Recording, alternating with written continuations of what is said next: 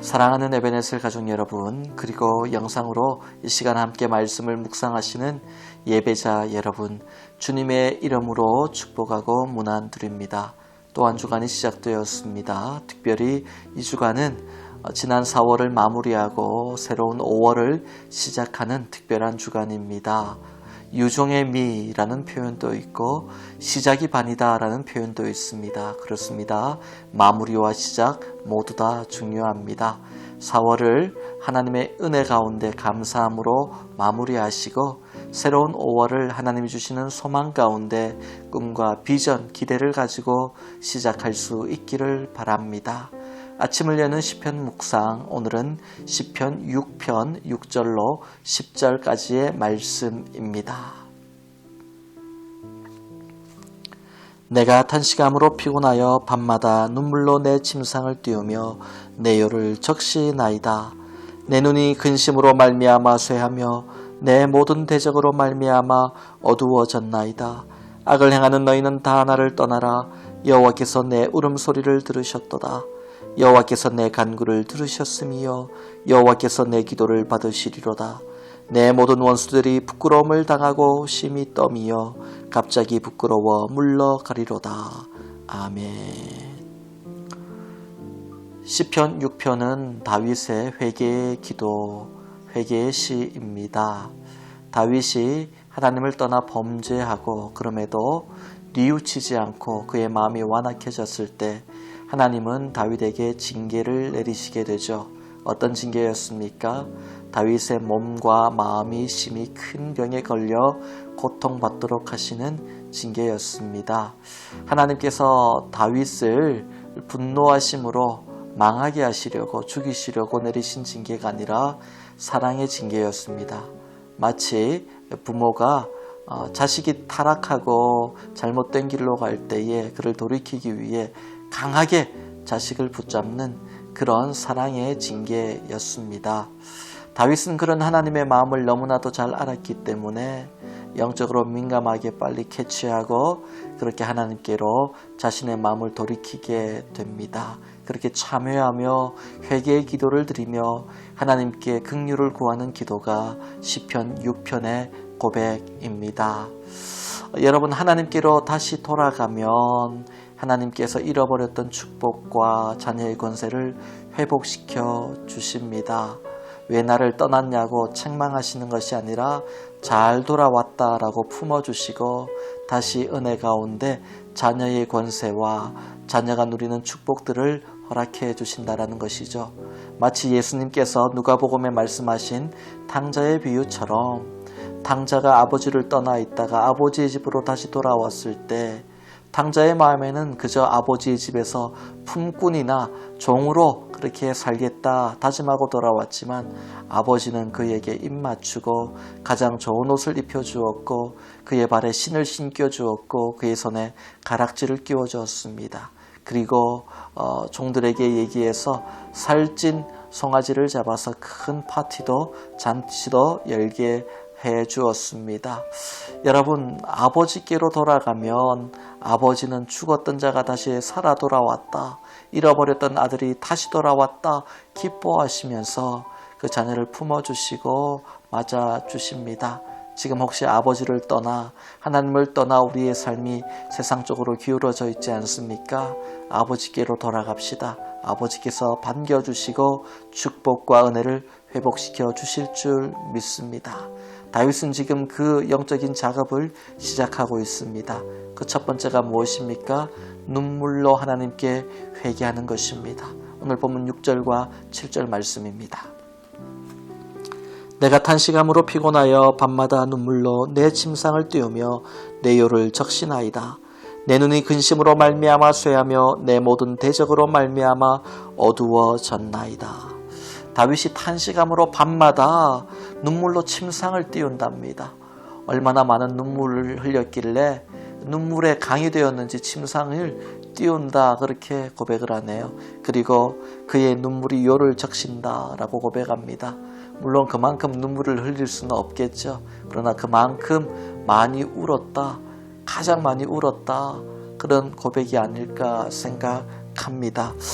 여러분, 힘들고 어려울 때에 우리는 우리의 삶을 도와달라고 붙들어 달라라는 하나님의 도우심을 구하는 기도만 드리는 것이 아니라, 그것보다 더 중요한 것이, 혹시 내가 하나님을 떠나지는 않았습니까?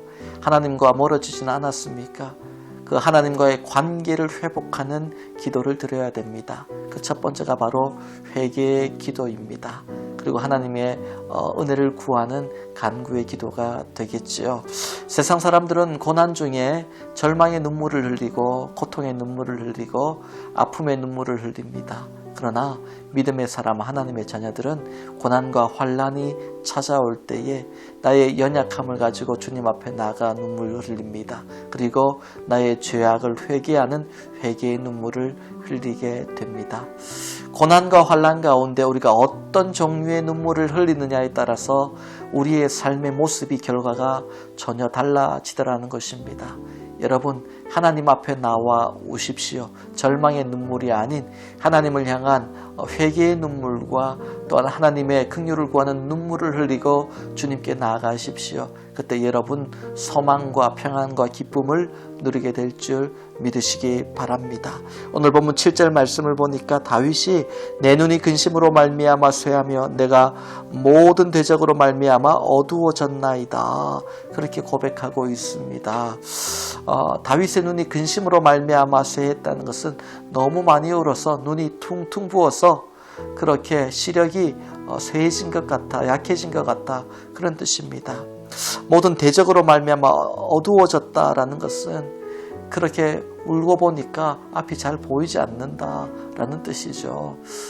여러분, 그런데요, 그 이후의 고백이 더 중요합니다. 그렇게 눈물을 흘리고 몸이 상했으니 다윗은 큰일 난 게 아닐까, 몸이라도 건강해야 되는데, 그렇게 생각할 수 있지만 그 이후의 고백을 보면 우리는 놀라운 사실을 발견하게 됩니다.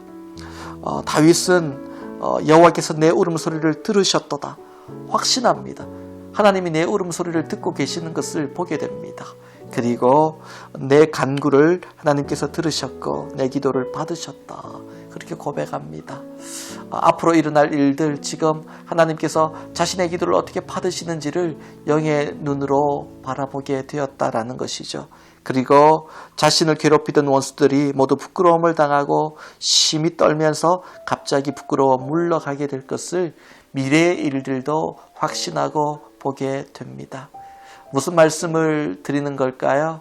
다윗의 육신의 눈이 어두워졌을 때 영의 눈은 반대로 열렸다라는 것입니다. 비슷한 고백이 있습니다. 바로 야곱의 야복강가의 사건입니다. 야곱이 형 에서를 만나러 가기 전에 참 두려워 떨었습니다.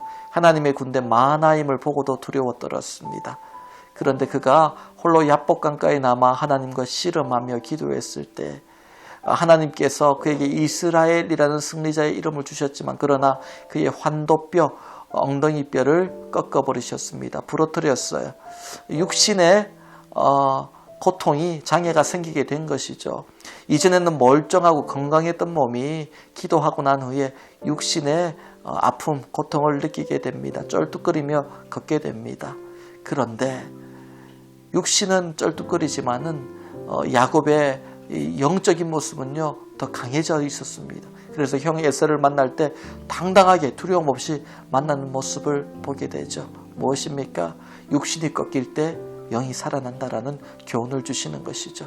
다윗도 마찬가지입니다. 회개하면서 육신의 눈은 어두워지지만은 그러나 영의 눈이 열릴 때 그것이 바로 회복이고 축복이고 다시 살아나는 것이다 라는 것을 보게 됩니다. 이것은 또한 십자가로 표현하면 십자가에서 나의 옛 사람이 죽을 때 새 사람이 거듭나며 태어나며 그것이 바로 능력이요 축복이요 생명임을 고백하는 것과 똑같습니다. 여러분, 오늘 하루 우리의 삶 가운데 우리 육신의 옛 사람을 또한 십자가에 못 박으면서 십자가에서 새롭게 태어난 성령의 새 사람으로 살아갈 수 있기를 바랍니다. 그때 육신의 눈이 닫히고 영의 눈이 열릴 때에 우리의 삶에 우리 축복의 길이 보이고 은혜의 길이 보이고 우리가 살아갈 수 있는 생명의 길이 보일 줄 믿으시기 바랍니다. 오늘 말씀을 마무리합니다. 다윗의 기도 시편 6편의 말씀은 앞부분을 보면 다윗이 내 뼈가 떨리고 영혼도 떨리고 심히 고통스럽고 수척해져서 바짝 말라버렸다라는 고통을 부르짖는 기도로 시작을 합니다. 그런데 시편 6편 처음 고통 가운데 부르짖었던 기도가 이제 마지막 절에 가서는 모든 원수들이 부끄러워 물러가고 하나님께서 내 기도를 들으시고 내가 회복될 것이다 라는 소망과 확신으로 마치게 되는 것이죠. 여러분, 우리가 절망 가운데 기도할 때 하나님 힘듭니다. 아픕니다. 고통스럽습니다. 죽겠습니다 라고 기도하기도 합니다. 그러나 마지막에는요, 우리의 기도가 바뀌어 있는 것을 보게 됩니다. 예, 그렇습니다. 하나님, 소망 가운데 다시 한번 도전하겠습니다. 일어서겠습니다. 죽는 것이 아니라 나는 영원히 살 줄 믿습니다. 그런 생명력을 고백하게 되는 것이죠. 오늘도 그런 기도를 하나님께 드릴 수 있기를 바랍니다. 하나님께 기도할 때 우리의 절망의 한숨이 변하여서 기쁨의 노래, 기쁨의 소망, 확신이 되게 하실 줄 믿으시기 바랍니다. 다윗이 기도할 때 하나님은 그 순간 다윗을 만져주셨고 몸과 영혼을 고쳐주셨습니다. 몸도 영혼도 떨리지 않게 영적인 중심을 잡도록 해주셨습니다. 오늘 여러분이 고난과 환난 중에 하나님 앞에 부르짖고 나갈 때 하나님은 여러분을 만지시고 또 여러분의 연약한 육신과 마음을 고치시고 붙드시며 또한 여러분을 흔들고 괴롭히고 공격하는 모든 원수들이 오히려 부끄러워 떨며 물러가도록 만드시는 승리의 역사를 이루어 주실 줄 믿으시기 바랍니다. 오늘 하루도 이미 이기는 싸움을 하러 나가는 것입니다. 믿음을 가지고 세상으로 나가서 이미 이긴 하나님께서 이겨놓으신 그 삶의 축복을 누리며 승전가를 부르는 하루가 될 수 있기를 주님의 이름으로 축복합니다. 다 함께 기도하시겠습니다. 하나님 아버지, 감사합니다. 다윗이 고통 중에 몸이 떨리고 뼈가 떨리고 수척해지고 영혼이 떨린다라면서 하나님께 호소하고 하나님의 도우심을 부르짖었습니다. 그러나 그 고통 가운데 부르짖는 기도가 어느새 바뀌어서 하나님이 내 기도를 들으십니다. 하나님이 내 간구를 들으십니다. 그리고 내 울음소리를 들으셨습니다. 내 모든 원수들이 부끄러움을 당하고 심히 떨며 갑자기 부끄러워 물러갈 것입니다. 그런 믿음과 확신의 고백을 드리는 것을 보았습니다. 두려움 가운데 고통을 부르짖는 기도로 시작하지만은 우리의 기도가 바뀌어서 기쁨과 소망의 확신이 될 수 있도록 은혜 베풀어 주시옵소서. 오늘도 사랑하는 성도들의 가정을 붙들어 주시고 그 자녀를 붙들어 주시며 가족을 붙들어 주시며 생업을 붙들어 주시옵소서. 육신의 고통 가운데 누워있는 성도들이 있습니다. 하나님께서 붙들어 주시기를 원합니다. 병상 중에 찾아가셔서 사랑한다 말씀하여 주시고 괜찮다 말씀하여 주시고 하나님께서 달리다금 일어나 걸으라 말씀하여 주시사 치유와 회복의 은혜를 누리는 모든 성도의 가정, 예배자의 가정들 될 수 있도록 은혜 베풀어 주시옵소서. 여호와 라파 치유의 하나님께서 아버지 육신의 고통으로 신음하며 또한 영혼의 고통으로 신음하는 모든 성도들의 영육을 만져주시고 치유하여 주시옵소서. 오늘도 삶의 터전으로 나갑니다. 4월을 은혜로 잘 마무리하게 하시며 5월이 희망찬 한 달이 될 수 있도록 은혜 베풀어 주시옵소서. 이 한 주간도 하나님께서 일용할 양식으로 성도의 가정마다 채워 주시옵시고 굶주리는 것이 아니라 오히려 남들에게 구워줄 수 있을 정도로 넘치는 축복도 공급도 허락하여 주옵소서. 예수님의 이름으로 축복하며 기도하옵나이다. 아멘.